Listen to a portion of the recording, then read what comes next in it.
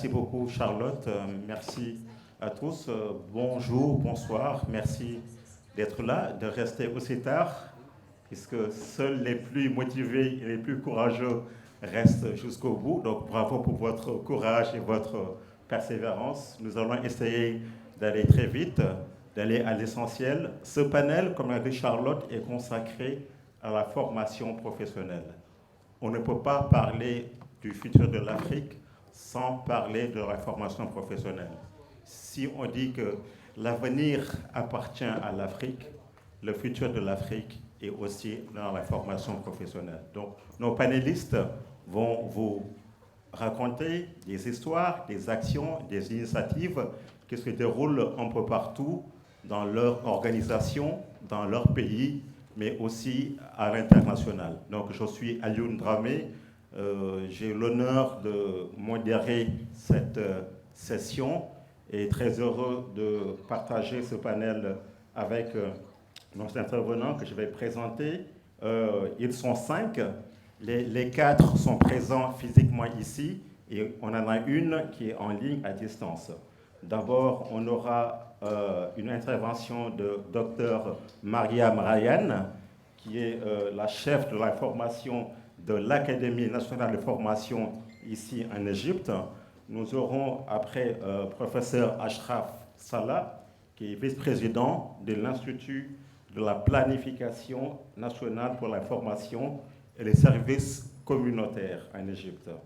Après lui, nous aurons l'intervention de Madame Chorok Zidane. Elle s'appelle Zidane, hein, pour de vrai. Elle m'a dit tout à l'heure qu'elle avait un lien avec Zinedine Zidane. Donc, si quelqu'un veut avoir des autographes, passez à la voir après. Et Dr Abir Chadi nous parlera du développement professionnel à l'an 2030. Et enfin, en ligne, depuis Saint-Pétersbourg, en Russie, Dr Albina Krimskaya. Donc, voilà le programme qui nous attend. Encore une fois, très heureux. Quand on parle de formation professionnelle, on pense à cet outil majeur qui sert aux salariés, au personnel, aux dirigeants pour justement les accompagner dans l'acquisition des compétences.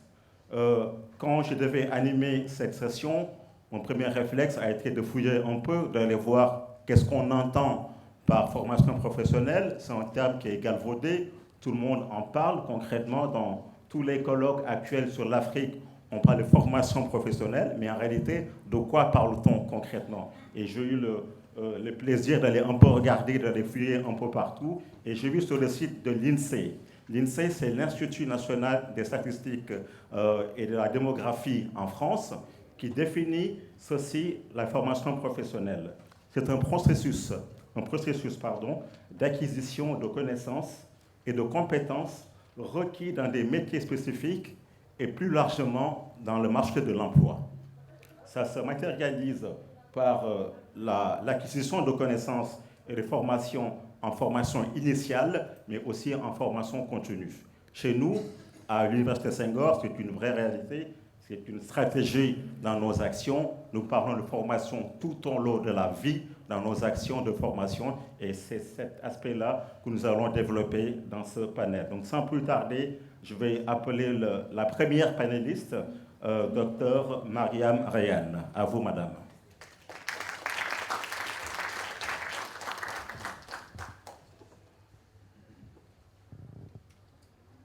Hello, everyone. I'd like to thank you again for staying this late, and I hope I'm not going to be taking so much of your time. In my brief presentation, I'll be discussing with you, basically giving you a very quick orientation as to the work that the National Training Academy does for human initiatives and building capacity building in Egypt. And I will be particularly focusing on some programs that I feel are of relevance to you, so that we can encourage you to join our programs. So basically, this is the skeleton of my presentation. I'll try to take my 10 minutes. All right, so I'm starting with a video about how the National Training Academy started. So it started with a declaration that was made orally by the president that was later translated into a presidential decree, number 434, to establish the National Training Academy in 2007 as an affiliate to the presidency with the Board of Trustees with His Highness as the chairperson. NTA aims to contribute to qualifying leaders in the public sector organizations and continuously enhance their skills and abilities using very sound scientific and practical methods to be true statesmen. This is the vision and the mission of NTA, and I think what the key words here are to be an intellectual stimulant and an incubator for transformative advancement of the human development. And I think the key word here is transformative, because I do believe that training needs to be transformative in a sense, so that the training that trainees receive is not only implemented in the halls or in their classrooms, but also implemented later on when they go back to their work. And the mission talks about having multidisciplinary transformative learnings and innovative solutions, and also talks about building human capital, which is really the mission of what NTA does. Our training portfolio is very diversified, as you will see, and we try to liaise between the different professional levels in Egypt.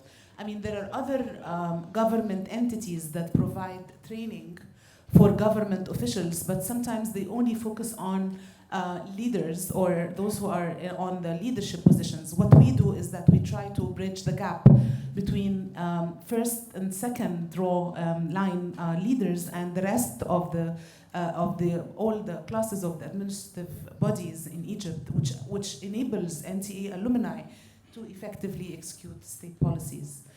I'll just give you very quickly our training in numbers. Since we started in June 2018, we have provided 168 different training programs, and our total number of hours is around 50,000 hours. Total numbers of trainees approaching 32,000 trainees. Now, it's important for me to say that every program that we offer at NTA is a program that is custom-made to suit the needs of the caliber that is coming to us, in the sense that there is no on-the-shelf programs that we offer to everyone.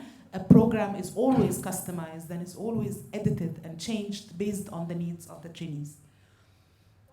Our digital platform is also a very proud program project that we started in 2020 because of the pandemic. And I'm also very proud to say that our digital platform has been developed and is now being sustained by NTA staff, who are all Egyptians, who have not used the expertise of anybody who's a foreign, who's from outside NTA. And now we can see, as you can see in my numbers, that the platform has received more than 6 million interactions or logins, and our number of users and number of training hours and programs is increasing. We have a very strong executive education program that includes our presidential leadership school, that includes state, women, corporate, and international leadership schools. Now, we are very famous for the Presidential Leadership School, which actually started before NTA started. And if you want to think about it, it was an initiative that has been put forward by Egyptian youth who are alumni of the PLP program, and they are the ones who suggested to the presidency the establishment of NTA. So NTA actually is a product of the alumni of the Presidential Leadership Program. I'll just go very quickly talk about the different schools under the Presidential Leadership Program, and I will be particularly focusing on two important programs that I would like to draw your attention to.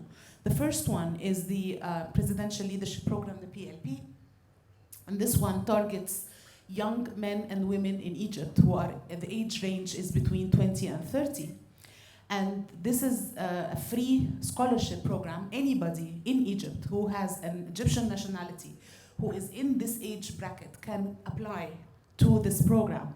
Now, as you can see here, from the age bracket, we are targeting young people who are fresh graduates, still maybe in their 4th year or something, and they are looking to become future leaders of Egypt. And what we do is that we take, they go through the process of applying digitally on the platform, and then we go through a whole process of admissions and selection that is very tedious, where they go through a lot of tests and examinations in order for them to get accepted in this program. And I will later explain what this program is about. The second program that I would like to highlight is the Presidential School for the African Countries, or the African Presidential Leadership Program, or the APLP. Again, this program targets young men and women in the continent of Africa. The age range is between 25 to 45. So anybody who is in this age group who lives in Africa can apply for this leadership program. Now, I will explain to you later on why is this important and how can we apply for this program. The other programs are also very important, and you can find more information on them on the NTA website. These are our numbers for the Presidential Leadership School. We've been able to graduate 3 batches in each program. The total number of trainees is 2,000, almost 200 trainees. So as I was saying, this is the journey of how you apply for the Presidential Leadership School. The age bracket has to be there. People who are graduates of a university, then they apply on the electronic application. Then there are a lot of admission tests, and then you go through a couple of interviews, and then finally you are admitted into this program. The program is 12 months long, and the total number of hours is around 1,000 hours. Now what happens is that we get applications from all over Egypt, from all governorates, and if you are successfully admitted into this program, you are given a full scholarship, in the sense that you attend this whole year of instruction at NTA, and we include, of course, accommodation, transportation, everything, and this is a very comprehensive program, as you will see here. These are the topics and the pillars that we include. It's really very, very comprehensive, and not only when it comes to areas such as information security, leadership, strategic management, public finance, political science, project management, crisis management, but also there's a very strong language component that is there, and there are also outside extracurricular activities that are also very, very important. I think I'm going to be jumping to the African program because it is of relevance to the audience. So this program was launched in March 2019, and it was launched by the president for part of the Arab African Youth Forum in Aswan. And the program targets, the total number of trainees that we target is 1,000 young men and women. We have been able to have 3 successful batches. Batch 4 is now in enrollment. I would strongly encourage, the audience, if you are in the age bracket, to either apply or encourage your friends to apply. The program is, again, as I said, covers the whole 52 countries, or actually 55 countries in Africa. The number of trainees that we have graduated so far is around 280 trainees on 3 batches. Batch 4 is on its way. So as I said, this is a program that takes about 30 days, and they spend those 30 days in Egypt. The program, again, not only focuses on work that we do inside the academy, but we also incorporate activities, camps, simulations, sports, cultural activities, a lot of bonding activities that we include in this program, so that we can get to know other people from other African countries, no matter if we're different linguistically, if we're different culturally, if we're different even racially. I mean, it's a melting pot for all elements from the African continent, and it is a wonderful experience. I think if I have the time, I'll show you a very maybe short video. This was the graduation of the first batch.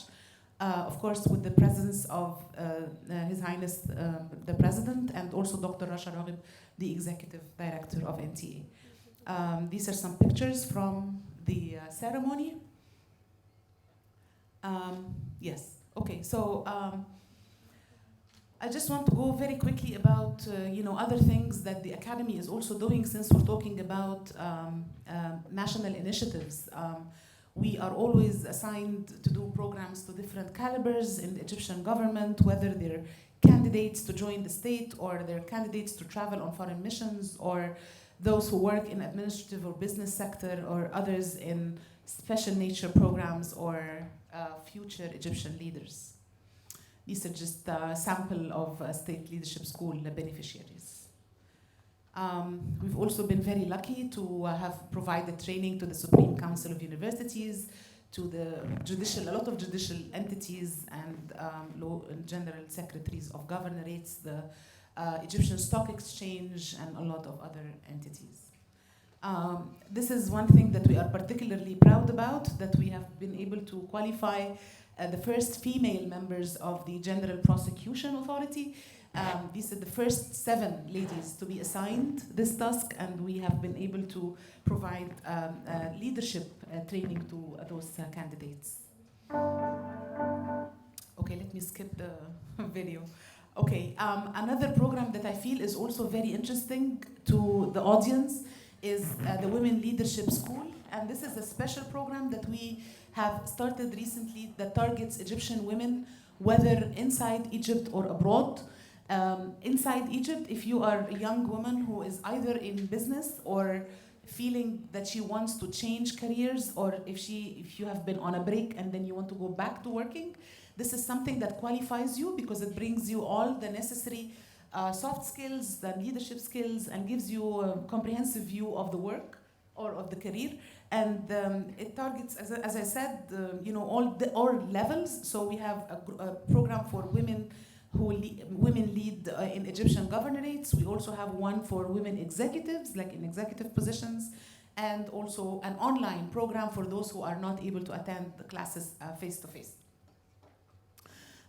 This is the Egyptian Women Abroad program, and this one targets any Egyptian woman who lives abroad for any reason. Could be for studying, for working, for even if she's just accompanying her husband and kids, she can apply for this program. It's an online program that qualifies them again to be able to have a career if they want, or if not, simply to live better and have better skills, and to be able to deal with their families and friends in a better manner. These are some details about the different. 1 minute, all right? Yeah, I know. Okay, so I need to rush this. One last thing I also would like to highlight are the 2 initiatives that NTA has introduced by way of addressing the needs of not only leaders but also those who are frontliners in the government. Because I don't know if you're aware of this, but in Egypt we have this bureaucracy problem. Wherever you go, anywhere in the government, and you want your papers to be processed, there's always a problem with bureaucracy. Like, we're never finishing this today, you need to come back, and then you need to bring more paperwork, and so on. So NTA thought of introducing these 2 initiatives to train employees who work and who deal with the public or frontliners. And we have introduced these 2 very important initiatives. One is called Professional Service Civil Servant, and the other one is called the Efficient Government Bureau, or Diwani Kofa. So we are providing them with training, and we've worked in all those governorates and things. I just want maybe to conclude with activities and visits, just to stress the fact that NTA is not only about academic work, but it's also about field visits, sports activities, and some unconventional things. We also have tests and so on. But I feel maybe I should leave with this slide. These are the alumni of NTA and how they have been empowered in the Egyptian state. As you can see, our numbers speak for us. Thank you very much, Chairman. Thank you. Merci beaucoup, Madame Mariam. C'était très intéressant. On a appris beaucoup de choses en vous écoutant. On aurait aimé vous écouter encore plus. Je crois qu'il y a des éléments qui vont intéresser les étudiants de l'Université Singora qui sont présents ici. Ils auront beaucoup de questions pour vous, j'en suis sûr. Je vois le recteur qui est présent, je vois que lui aussi aura peut-être quelques questions. Et pourquoi pas un partenariat à mettre en place entre nos deux institutions. Pardon? Ah, on a essayé. Bah, c'est l'occasion d'approfondir, monsieur le recteur. Bien, merci beaucoup. Merci, madame. Le prochain intervenant va aussi nous parler de ce qui se fait en Égypte en termes de formation professionnelle. Nous allons accueillir le professeur Ashraf Salah, qui est le vice-président de l'Institut de la planification nationale pour la formation, les consultations et les services communautaires. Professeur, à vous la parole.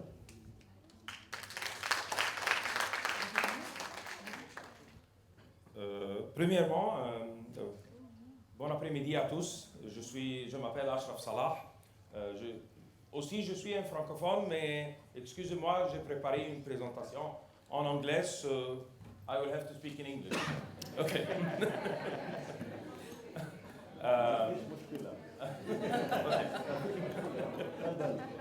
Okay. Actually, I'm currently the Vice President of Training, Consultation, and Community Service in Institute of National Planning. And I do have another hat. I'm still working as a full professor of economics, of applied economics and finance in Arab Academy for Science and Technology. So I'm doing my presentation in between the two hats actually, rather than to stick to one of them.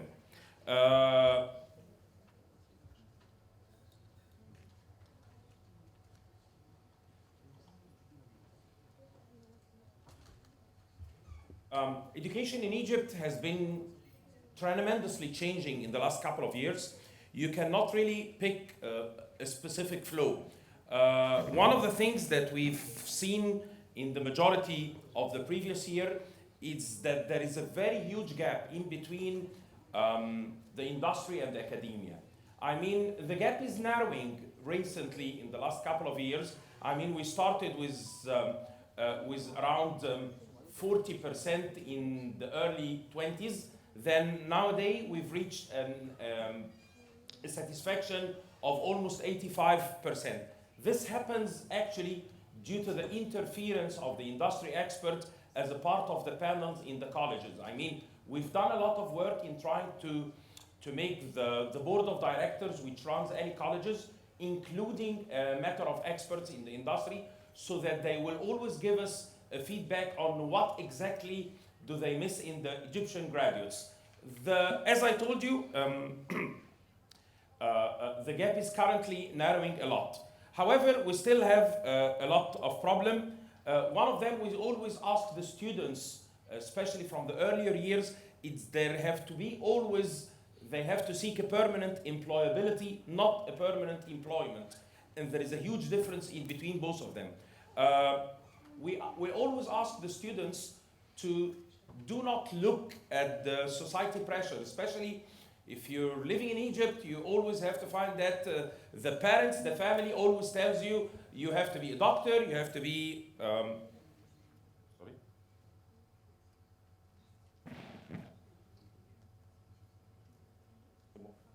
Okay, so there is always this kind of a society pressure that the parents always and the family seeks tell you, you have to become a doctor, you have to become an engineer, but nothing talks about the creativity, the immersive types of works.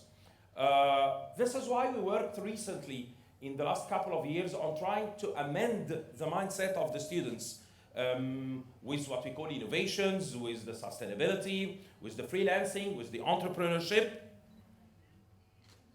And in order to stick to the time, I will point to a very important quote that has been introduced by Benjamin Franklin ages and ages ago. He always says, tell me and I forget, teach me and I remember, involve me and I will learn. So this is one of the things that we always seek the students, and we all, sorry.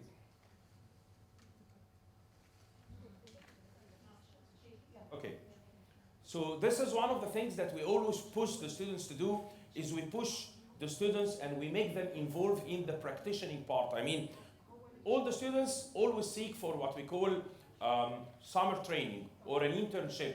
But the problem is that we always see that the internship is nothing like except that a commitment of times, no interference in the jobs. When you ask the people, why are you not teaching? They always say this is a waste of time. So we always encourage the places where the students go to make them involved much more in the working process. This will give them two things.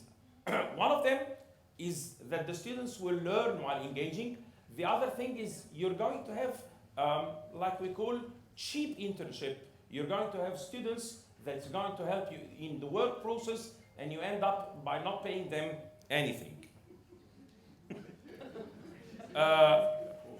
There are too many solutions that has to be taken into considerations. We always talk about training, but we always talk about effective training, not the training.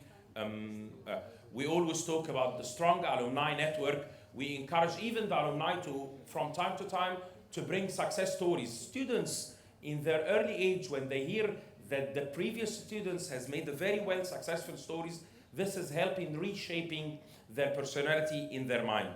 Industry experts have been involved in the curriculum development in the majority of universities, participate in, as we said, immersive projects in partnership with industries, concept learning factories, offer students synthetic education, not faculty-centric educations.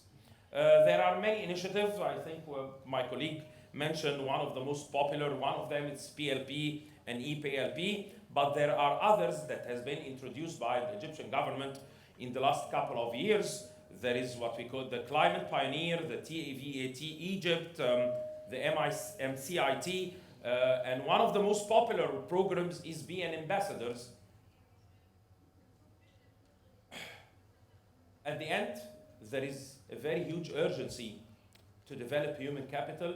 In order to develop human capital, we have to start about the new generations, about the students in their earlier years. We do not have to wait until they reach their end years of the faculty in order to try to change their minds. I think I'm sticked even to my time. Thank you very much, Mr. Ashraf. Merci d'avoir tenu le temps, c'est très bien. 5 minutes exactement, vous êtes le chef.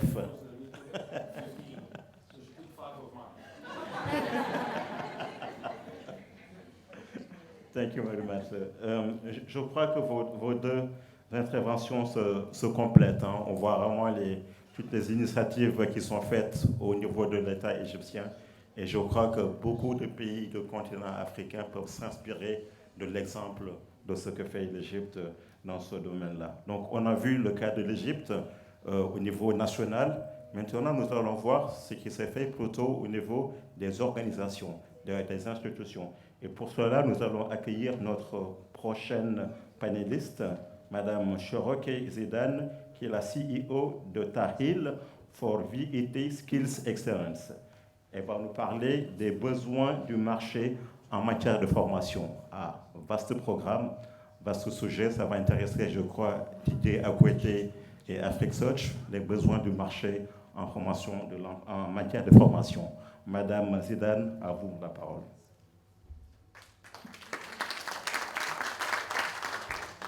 So, good evening, everyone. First, I want to say that Zinedine Zidane sends his greetings to you all. Unfortunately, he's not available at the moment. I have some good news.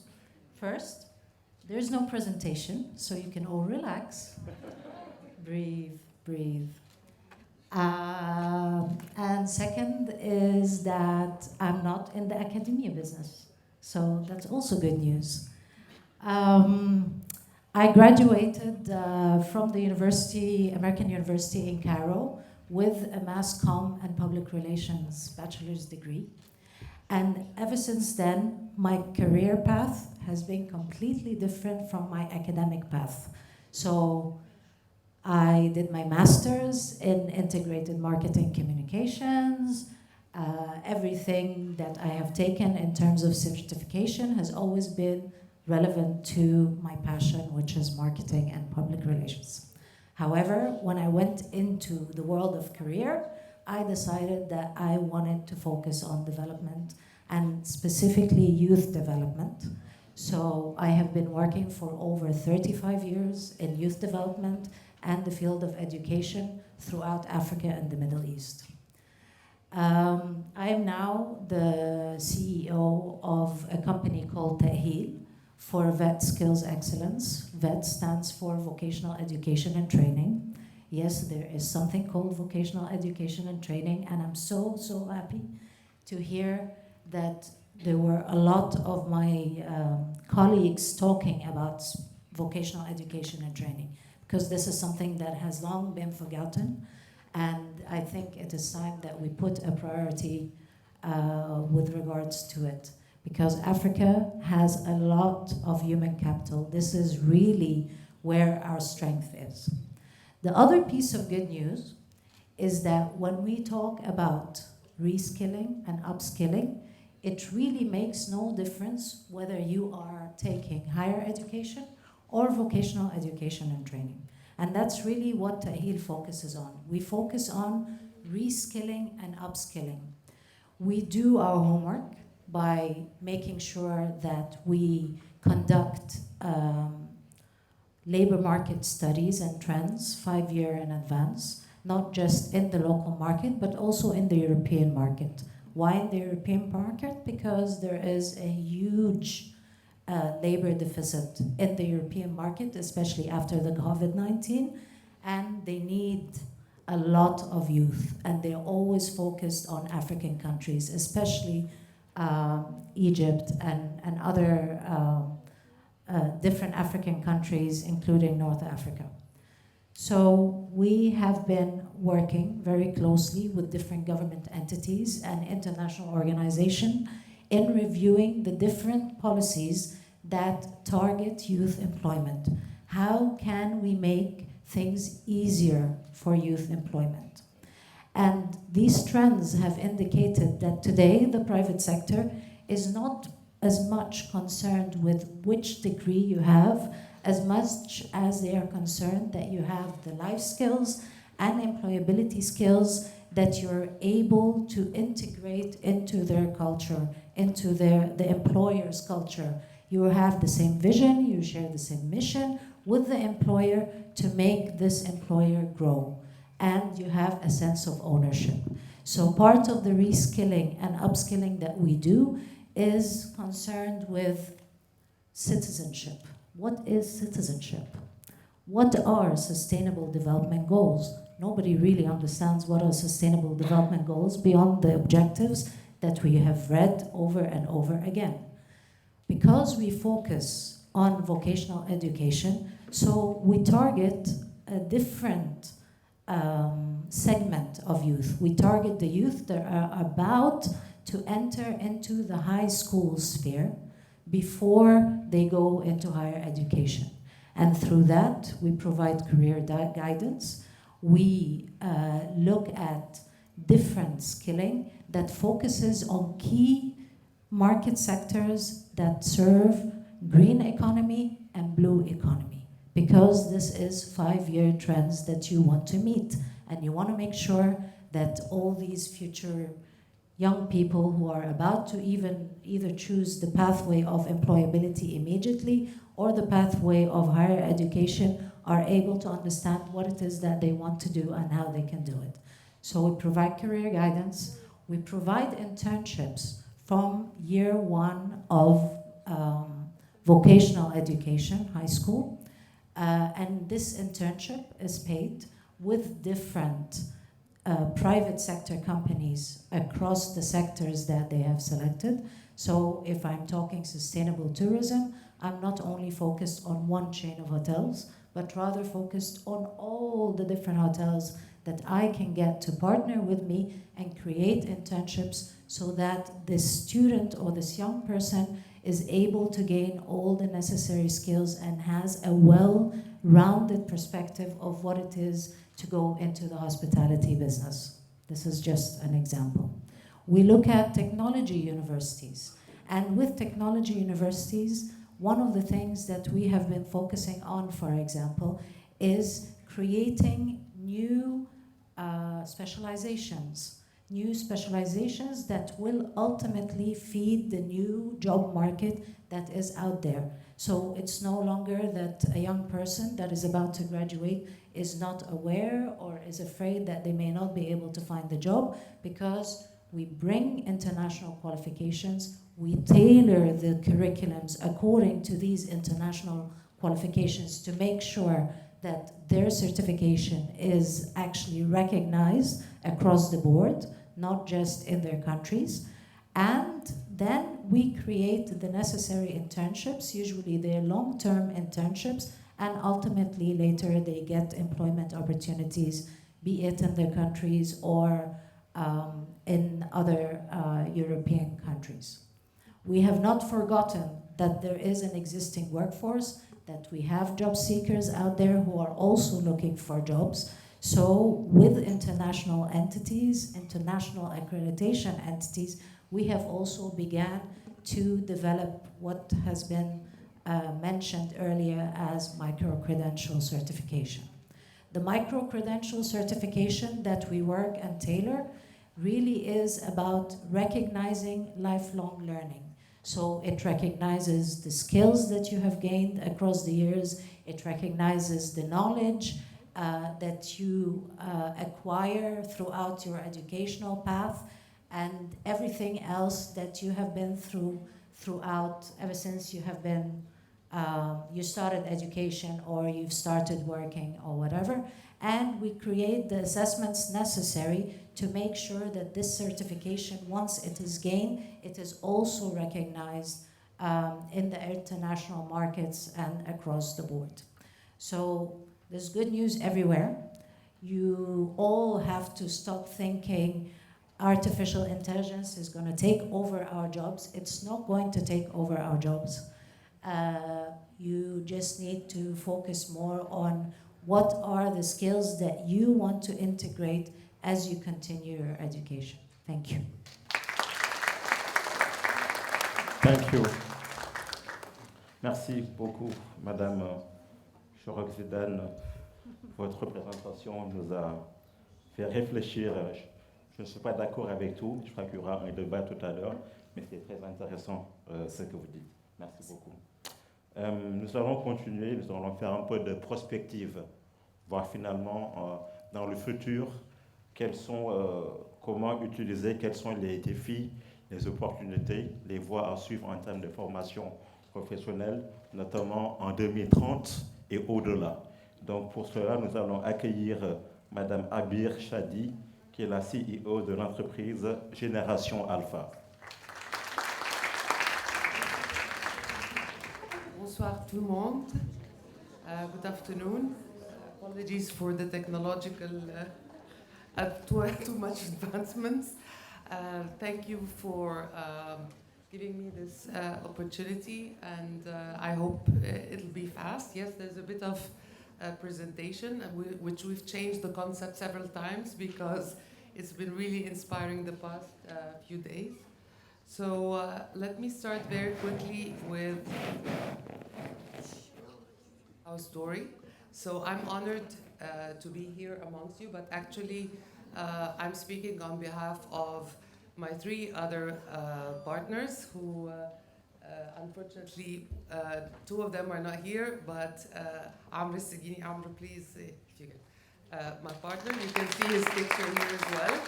So I'm speaking about a collective dream for us, which I hope we will live together. So it started with, all of us were like towards the end of our kind of missions and visions and all of that. And we wanted to put together everything we've learned and all our resources into really doing something that we love and we're passionate about. And the four of us, we bring different kind of elements which we hope will be helpful for the world and especially the era we're coming into. So Amr, we call him the miracle doer. because for him nothing is impossible until we stop trying to make it happen. And he's an educational icon through his different projects. So he comes with the educational aspect and this force of nothing is impossible. And then we've got Hatem Farag, who's the visionary, he's the dreamer, he's the one who always dreams of how we can build the cadre and the expertise, no matter which societal segment, no matter what's the situation, we can make it happen. We all have something to contribute and something valuable. And therefore he has this great NGO, Risale Noor ala Noor, which really has lots of great youth empowerment programs. And then we've got Khaled Hassan, is the numbers, is the financier, is the one who makes dreams come into numbers. And then myself, I'm the believer of the three of them, of course, but I come from a UN background, and therefore I know how it takes development a long time until it comes to reality, and then you find the reality with different kind of set of new elements and variables, and therefore between the four of us we try to bring together this like a company breakthrough platform, and these words have certain aspects to them, which I hope you will get through the coming few slides, which is basically we try to find creative solutions, smart breakthroughs through strategic partnerships. We cannot do everything, we're not experts in everything, but it's important for us that it's inter and intra-generations, whether cultural, educational, and digital empowerment for 230 and beyond. And therefore, what we do is to bring together the latest technologies and innovations and digitalizations, but also with the other asset of which is the human capital, talent, soft skills, and so forth. So the framework that we work through is basically what we've been discussing even at Université Sengor the past few days. Are they soft skills or life skills or power skills, and upskill and reskill and unlearn and relearn, lots of new terms. And my generation, we believe in the academic way of doing things, whether it's the British system, the French back, and therefore for us we're trying really to learn the different terms. And so basically what in Generation Alpha, what we're trying to do, we know that the world has more than enough of courses and more than enough of, now you've got new jobs, that are thriving, coaches and, meta coaches and therapists and so forth. We try to put three buckets, basically the cognitive, the metacognitive skills on one side, the social, emotional, the practical and physical skills, and those kind of three broad buckets, no matter what you're going to call the name of the competencies that we're trying to target for 2030, this is kind of a common area between the different frameworks, whether it's the World Economic Forum or the OECD and so forth. And we also try to look at the region with an eye to how can we, through partnering with strategic kind of institutions or initiatives at local level, regional and global, we can bring the best in terms of content, in terms of breakthroughs, and this is a key word for us because we do not want to do yet another course or create yet another app. There's enough of that. But is there a way that we can work together in terms of amplifying or helping or filling gap or complementing in one way or another whatever is needed so that we can really prepare youth, but also the other generations which will come through these three buckets. So if it's accreditation, if it's governance, there's a lot of work here, but it's not about, in Generation Alpha, we have a different way of doing things. So we believe, can we bring this whole, what we call noise? It's not really noise, but what we're trying to say by that, not all of us understand the same term in the same way, and not all of us appreciate the importance of certain kind of skills the way that it should be. And therefore, can we bring all of this into melody with the understanding that each and every aspect has an added value? So we do not work by either or. We do not dismiss. We believe in the word and. How, just like the four of us, it's and between the four of us, because we believe that, I mean, the difference is actually richness. So in preparing for 2030, we are trying to reimagine education. We're very clear, we are not into academic. We are not going to build a school or university. We will work with schools and universities, but we will be there as their facilitator support. So we understand the complexities around the kind of academic programs, and therefore, while this may take a long time because of the different processes to get a curriculum updated or to integrate soft skills or whatever is needed, there will be new advancements out there. So can we be the partner that can play around and bring solutions, but still within the system? Because we understand all these advancements, there's a big issue around governance. How will the quality control? How, I mean, the content for such skills. I mean, who's looking over all of that? And I was, in my previous hat, the UN one, I know that we've been struggling a lot at that time with, even when we used to do hackathons and so forth, who actually clears this whole process of incubations and you know, the different startups and all of that. So basically, these are a few of the things we're thinking about. So it's not, when we talk about innovation, we're not only talking about another app or the tool, but it's actually the curriculum, the interconnectedness between the different skills or competencies, how they can mutually reinforce. And then most importantly here, actually for us, is the last two bullets, culture, ethics, and values, which is related to the governance aspects, but also to the cultural of the local context, which we should not miss in this whole global kind of movement. And then the inter and intra generational dialogue.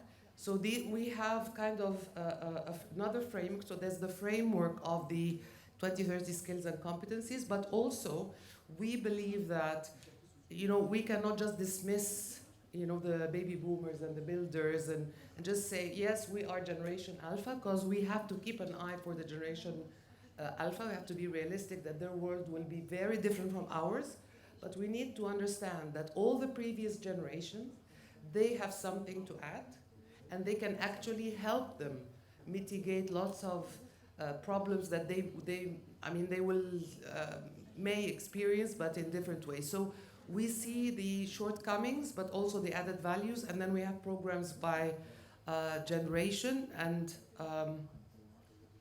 so this is basically, and my colleagues of course spoke about how Africa is the richest resource, is the human capital, which is nearly 50% of the global youth in 2030, so we should be smart.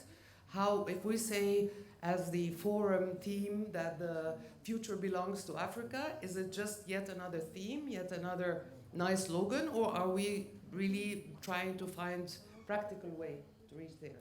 So Generation Alpha is always open, welcoming to any partner who's flexible and open. How can we make this happen? Through, you know, we are a very agile, small team, but we make sure that through our miracle doer, nothing is impossible. How can we make this happen? And therefore, we look at these different generations, and our programs has details how you can go through this kind of curves and hopefully preparing for Generation Alpha. And therefore, are we ready for tomorrow? This is our question, and it's beyond education for sure. Now, let me go to the most interesting bit. So this is about Generation Alpha, where we are. More details, please reach out to us. We'd like to start a conversation with all of you. We do not compete. This is one of our big don'ts. We actually complement and fill gaps, and therefore we are open, and we would love to learn from you, to work with you, to support you in any way possible. We do not work only in Egypt. We work across Africa and also across the different continents. We believe in the global south, and we speak almost all languages of the global south. So please do reach out. Now let's live the dream together. This is the most interesting bit. So thanks. I mean, we would like to thank very much Université Sengor for giving us this opportunity to live the dream with them through our Disruptathon, which is basically the mesh between Disrupt and Marathon.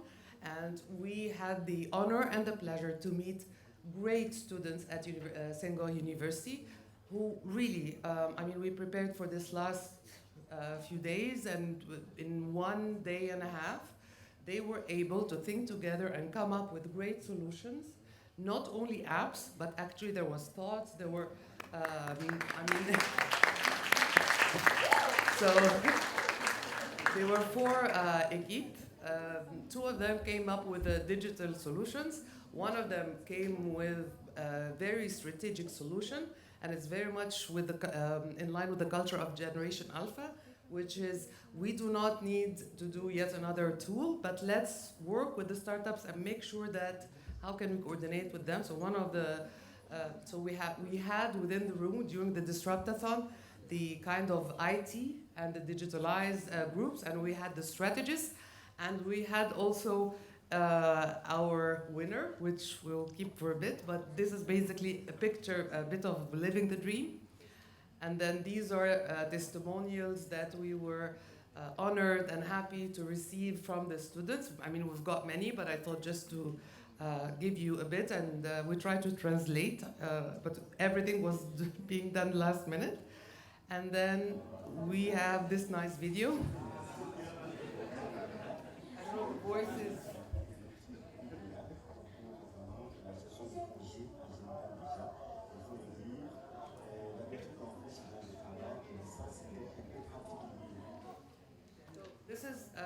This is of course far from being professional, but I thought it cannot be me speaking. I hope I was able to give them all the floor, and I mean it's they had much better things to say that definitely I would, but this is just a bit of sense of what we were doing. It was beautiful. I mean the past couple of days, so I don't know why it's not. Okay. So, okay. So now, I would be honored, Monsieur Vader, pouvez-vous me joindre, s'il vous plaît?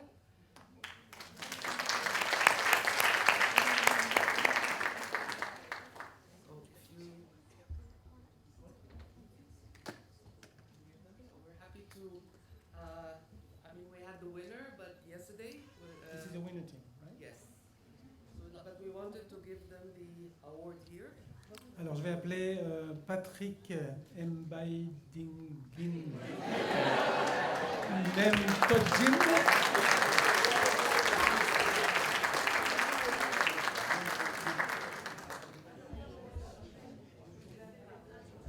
Il vient du Tchad. Ensuite, Pojolole Ngalaba.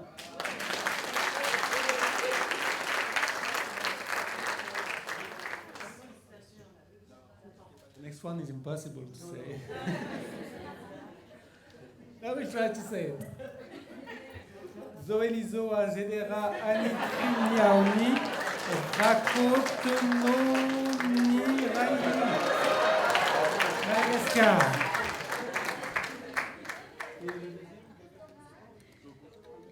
Le Togo, le deuxième, et la troisième, je crois. Astou Silla.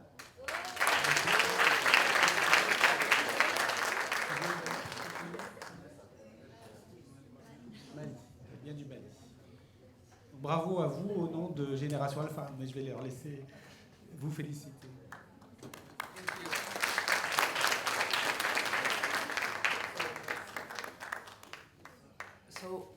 So let me just tell you that they were the third team in 4 teams, and they come with a great solution because they are the ones who will be leading the future. They are the ones who will fill the gap, they bridge the gap between current education and the future, not us. We're here to help them, and therefore they will explain their own solution. This is the kind of solution that Generation Alpha would be supporting and facilitating. And just to let you know, their award is not only the certificate, but also we are sponsoring them for a program with a French company, our partner, and this is the kind of partnerships that we have who will do a program called Start Lab. And Start Lab is accredited by Sorbonne Entrepreneur, and they will receive their accreditation from there in order to take their startup or hopefully their solution forward. And Generation Alpha will be partnering with them all along until they make their dream happen. So I'd like to give them an opportunity now to explain very briefly, just if Monsieur just... Bonjour à tous. Donc, notre projet consiste à intégrer les soft skills dans les cours au primaire au Mali, comme l'esprit d'équipe, la communication, et aussi renforcer les capacités des enseignants, offrir des tablettes, des salles informatiques pour les écoles, une plateforme interactive pour les parents, les enseignants et les élèves, puisque ce sont les 3 piliers de l'éducation. Offrir aussi des formations et activités ludiques axées sur le numérique. Donner des subventions financières pour les écoles, créer des activités génératrices de revenus pour que le projet soit pérenne et aussi plaidoyer pour que le nouveau programme scolaire soit intégré dans la politique nationale. Tout ça dans le but d'offrir une éducation de qualité et accessible à tous. Et on a pensé pour le Mali comme pays pilote. Donc l'avenir appartient à l'Afrique. L'Afrique, c'est nous. Donc donnez-nous notre chance. Bravo. Merci. Thank you. You see, it couldn't get better. And I promise you, if I had the chance to bring all of them up here, I mean, they were great and we're really honored. And thank you so much, Université Sengor, for this opportunity, and for Biblioteca Alexandrina for having this. And I hope that it's a start for many more and richer activities together. Thank you. Thank you. شكرا جزيلا. Thank you so much. I will ask my question in English. Actually, I have 2 questions, and my questions are for Dr. Ryan. I've seen so thank you so much for your presentation, and congratulations also for this project and program. I've seen on the last slide of your presentation some information, but I would like to know if the alumni program deliver a kind of follow-up to the trainee, especially for foreigners, one. And two questions, actually. Can you repeat the question? I'm sorry, the first question. Yes, my first question is the alumni program... the alumni program? Yes. Yes. Deliver a kind of follow-up session or follow-up activities to the trainees after the graduation, especially for foreigner ones. And the second question is, we see a lot of number, but I would like to know if you can give us an average number of how many % of the trainee are currently are professionally active, and how their work are recognized or seen by their employer. Thank you so much. Thank you very much for your questions. The first question is regarding the alumni. Let me just say that we would like, at NTA, there's always the saying that our relationship with our trainees actually starts after they graduate, because we have a very strong alumni network. We always stay in contact with our alumni that go back to, especially if you're talking about African or international students, we are always staying in contact with them, and we keep up with their news, if they've working in a different area, if someone has been promoted, if they've received awards. So we are always in contact with them, and they are always invited to our events. For example, let me just mention very quickly the World Youth Forum that is usually held on an annual basis in Sharm el-Sheikh. We are always honored to invite alumni from our different programs to attend the World Youth Forum. This has happened several times. And actually, this last one that happened in January this year, we had a graduation ceremony for representatives from the different programs that we offered, and they all came to the stage, wearing their robes and graduation hats and so on. And it was a very emotional moment, because they all received their graduation certificates in the presence of the president, and of course Dr. Rasharagib was the executive director. So yes, we do that, and we're always in contact with the alumni. The second question, Unfortunately, I don't have a number right now to give you, but I just want to say very quickly one example of how the graduates are leaving an impact. I would like to mention the graduates of the Executive PLP, or the Executive Presidential Leadership School, and these are all government officials who work in the public sector. And with this program, they come to NTA and they dedicate themselves for an entire year to study at NTA and to do all the activities and the simulations and all the things that we offer. And by the end of this year, they go back to their government positions. They work at different sectors. And the diversity in this program is amazing, because anybody who gets their paycheck from the Egyptian government are allowed into the program. So the diversity is really cool. And you can see them go back to their banks, universities, judiciary, any area that belongs to the Egyptian government, and you can see the effect, the impact that they do, that they make wherever they are. And they are usually, it's true that they go back to where they came from, but then the work they do there is so different from what they used to do, and they do the ripple effect of, like, it's not only them, it's they also teach others and they train others and they share the concepts that they've learned with others. So it becomes a massive kind of wave of change that happens particularly in the public sector. So we're always very proud of our alumni in the public sector, because they do make change and they shine as graduates of NTA and they become agents of change. Thank you. Thank you very much. I'm Kayumba from Sengor University. Me too, I'm interested with your program, African Presidential Leadership Program. So I would like to know if I can find it on your page, on your platforms, that I can apply, even if it's very available again. Yeah. Thank you for your question. As I mentioned, the program is, when it's time for us to start a new batch, an announcement is put on NTA website and also on our all social media platforms. So if I were you, I would follow NTA on Facebook, Instagram, LinkedIn. We have accounts on all three. I'm not sure about Twitter though, but it's definitely on Facebook and Instagram and LinkedIn. When a new batch is announced, the announcement is there and there is a link to the application. All what you need to do is click on it and just go to the application, fill it in, and submit all the relevant documents that are required.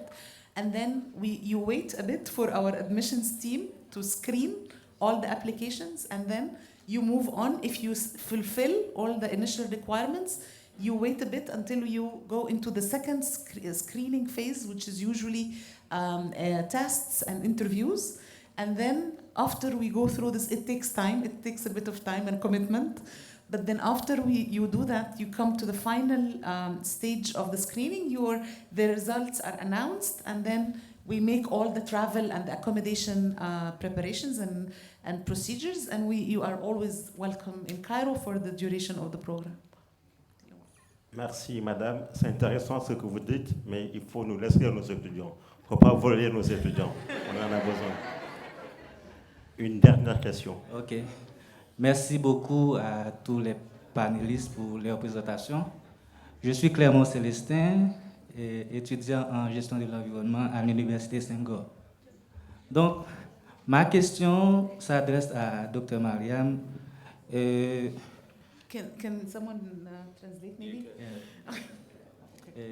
But my English is poor. Though. It's all right, my French is poor. That's fine. Go ahead. OK.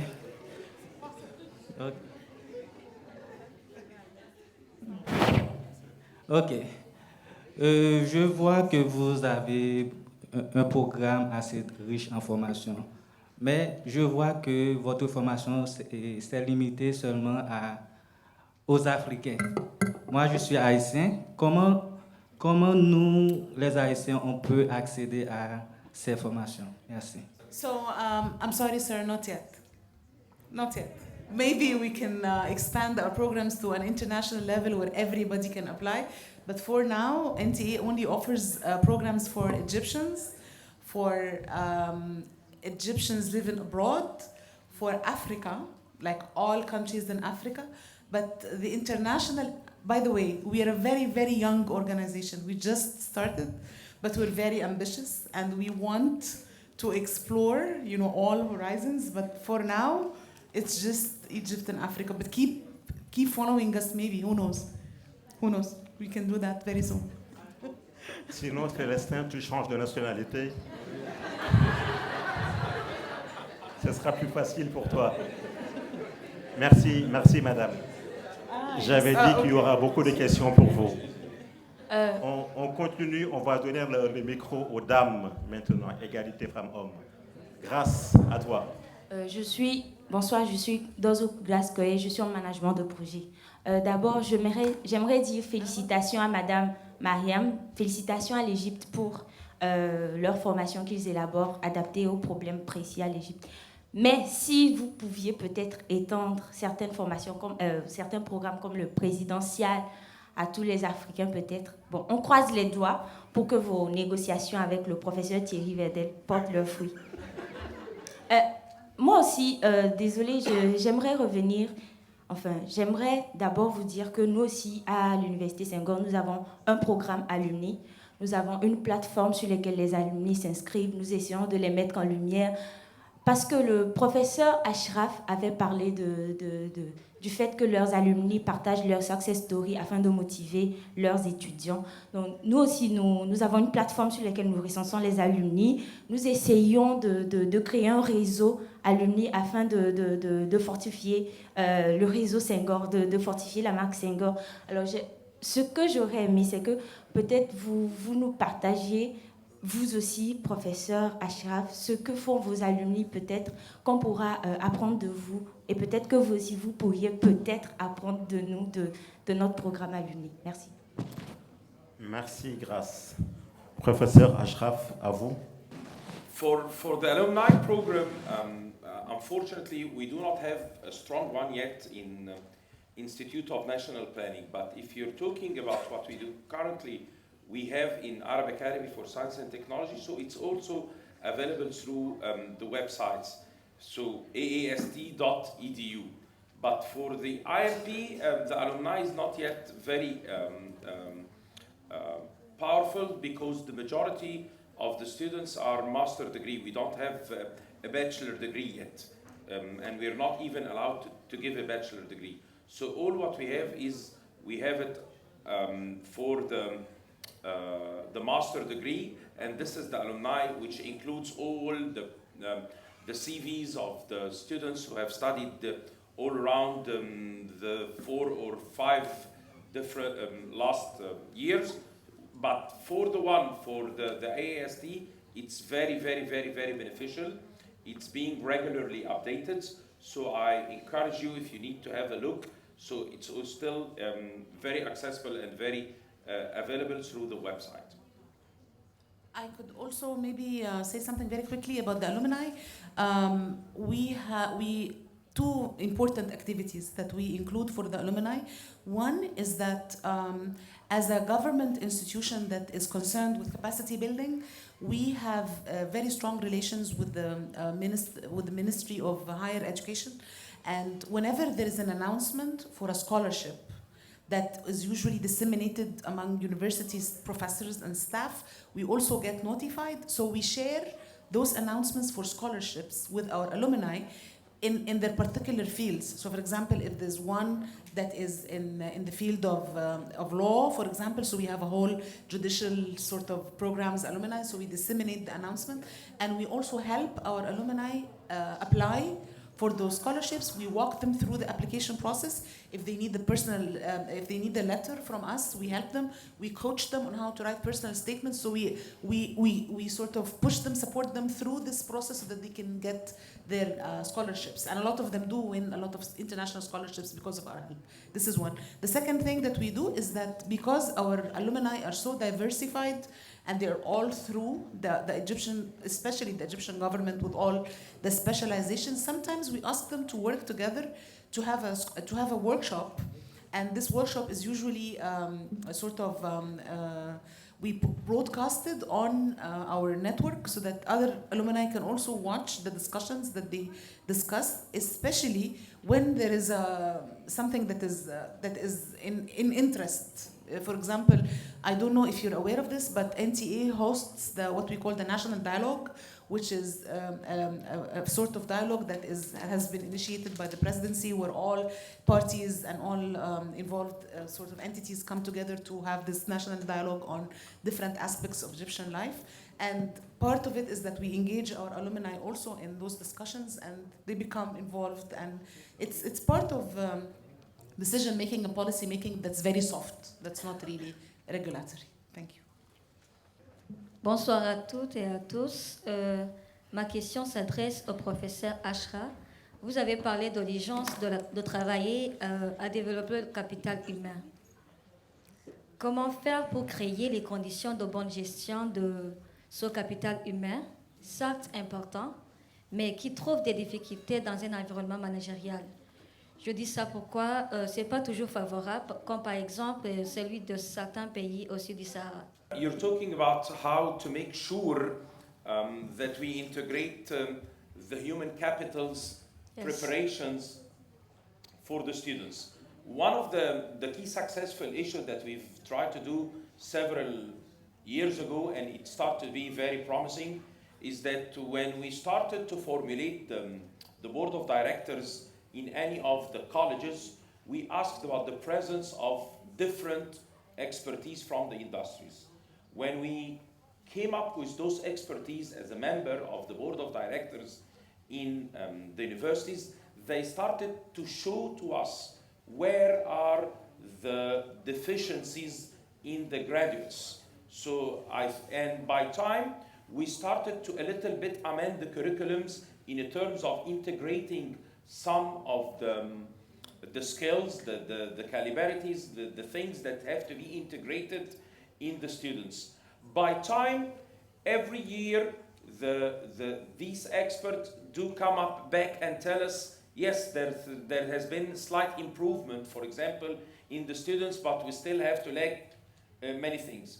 The other things that we've also succeeded to do is that the expertise have become members in the panel of evaluating the graduation projects, so that we did not leave the graduation project as purely theoretical aspect. This is why I said we do not have to concentrate about centric educations. We have to go to the practical parts. And when they started to become panelists in evaluating the project turns to go a little bit much more towards the industries rather than the purely academia one.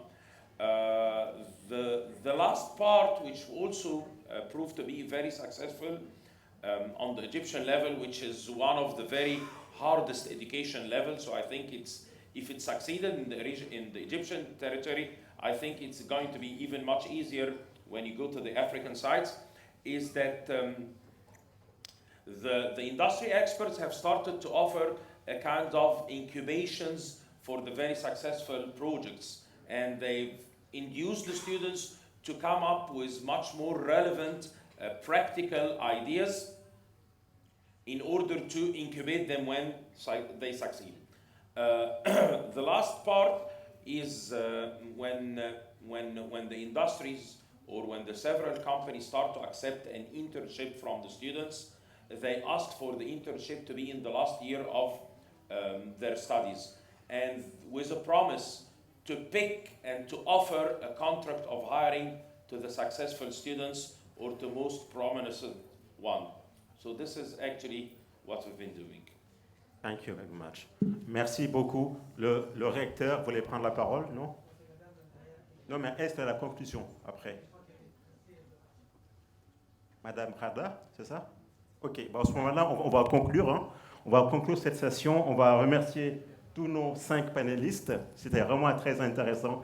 Il y a eu de très bonnes questions. C'était un très bon panel. On va s'arrêter là. On va remercier encore une fois le comité d'organisation. Et je vous invite à applaudir très fort nos 5 panélistes.